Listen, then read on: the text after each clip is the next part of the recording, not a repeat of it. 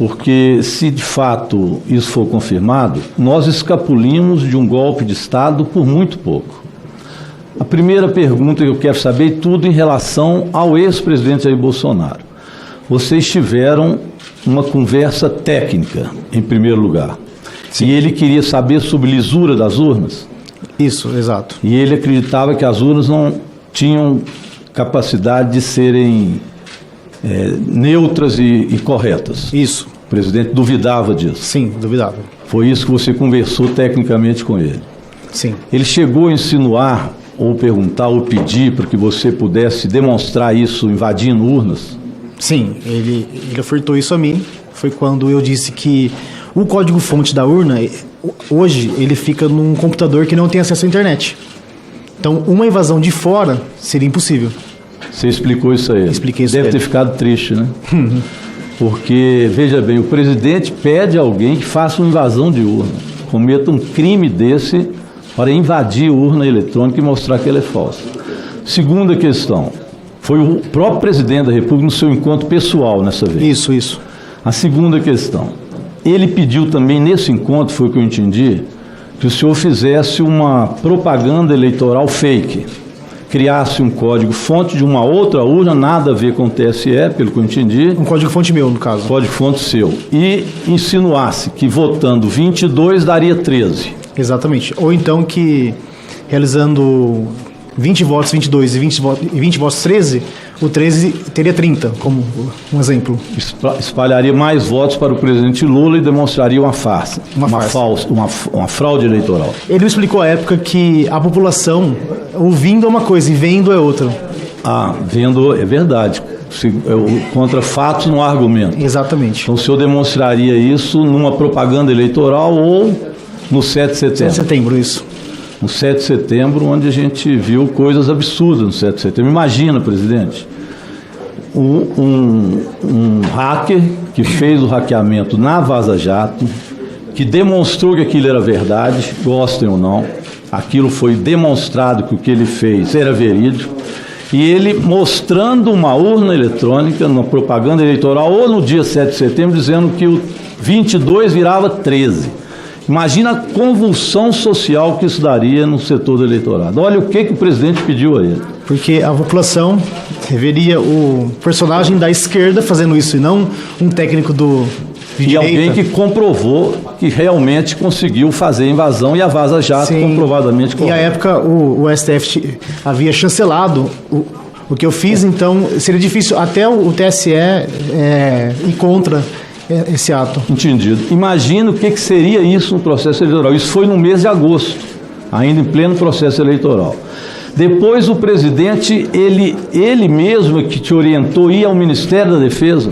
Sim, como eu disse, ele deu uma ordem ao general, ao coronel, né? Me confundi o título, mas ao coronel... Coronel Marcelo Câmara. Isso, ele disse, é ordem minha e... Bom, cara, eu vou apenas ser rápido para poder concluir, meu tempo não é igual da relatora. Então o senhor esteve, a pedido ou por ordem do presidente Bolsonaro, com o ministro da Defesa, Paulo Sérgio. Sim. E de lá o ministro fez uma reunião e depois tiveram mais 4 reuniões para discutir como que se daria os questionamentos que as Forças Armadas fariam às urnas eletrônicas, segundo a concepção do senhor, que acabou sendo, na verdade, o autor disso. Exatamente. Confere. Então, veja bem, o presidente da República pede para invadir as urnas, pede para fazer uma propaganda eleitoral fake, para dar convulsão social, e leva ele ao ministro da Defesa para fazer questionamento das urnas. E, por fim, eu perguntaria ao senhor a questão do grampo. Então, foi solicitado ao senhor que assumisse uma autoria de grampo. Poderia já estar grampeado ou não, mas que você assumisse. Exatamente. E que esse grampo seria feito pelo GSI. Ele não falou GSI.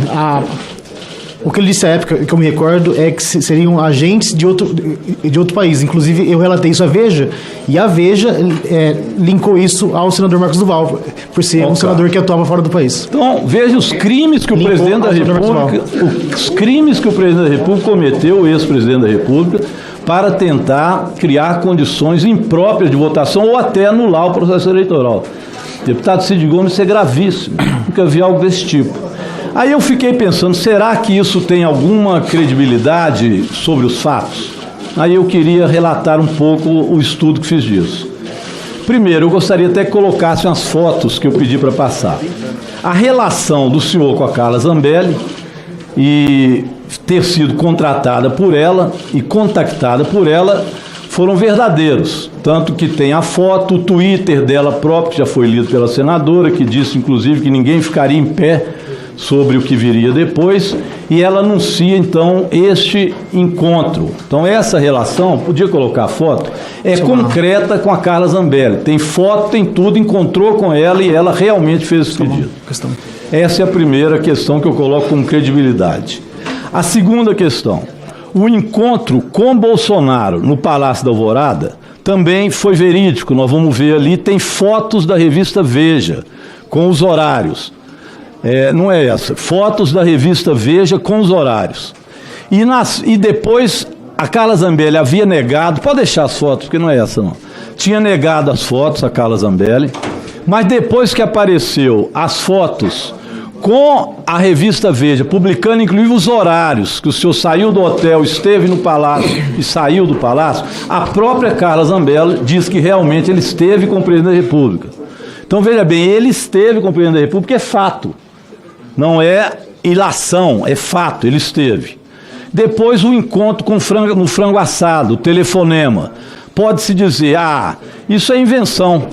Nem o repórter na época acreditou, e o repórter da Veja, eu passo a ser logo em seguida, o repórter da Veja, então ele simplesmente disse o seguinte: eu não acredito nisso, não vou publicar, mas eu vou no cartório registrar. Presidente, eu fui lá no cartório, pedi que fosse o cartório. Queria que até mostrasse aqui. Esse aqui é a ata que o repórter da Veja, a reportagem da Veja, no cartório JK colocou. E ele diz isso aqui mesmo, que o senhor Walter Delgatti colocou, que foi pedido que ele assumisse o grampo. Ele falou isso ao repórter da Veja, que nesta data, no dia, se eu não me engano, 12 de agosto, tem que ver a data, viu? Na data 26 de novembro de 2022, ele foi ao cartório e registrou que realmente o Walter tinha procurado ele, presidente, falado exatamente que o presidente da República tinha solicitado que ele grampeasse o ministro Alexandre de Moraes. As fotos estão aparecendo ali para comprovar tudo que, portanto, são verídicos. Estes fatos que eu coloco demonstram que há muita vericidade já comprovada em relação às questões que o Walter aqui colocou. Então, presidente, é muito grave isso que a gente está vendo aqui. Eu realmente fico impressionado de ver como que um presidente da República pode pedir para se cometer tantos crimes, querer criar uma convulsão social, uma desconfiança geral nas urnas, completamente, fazer com que o Brasil não chegasse às eleições, ou se chegasse, pudesse vir. Alguns podem dizer, não tem nada a ver com o 8 de janeiro. Eu digo, tem tudo a ver com o 8 de janeiro, porque esses tipos de atitude é que foram levando a que um setor da população acreditasse nos absurdos que o ex-presidente da República colocou. Então, Walter, eu queria te agradecer por ter vindo aqui, esclarecer isso. Nós vamos provar isso, a Polícia Federal tem modos. Eu te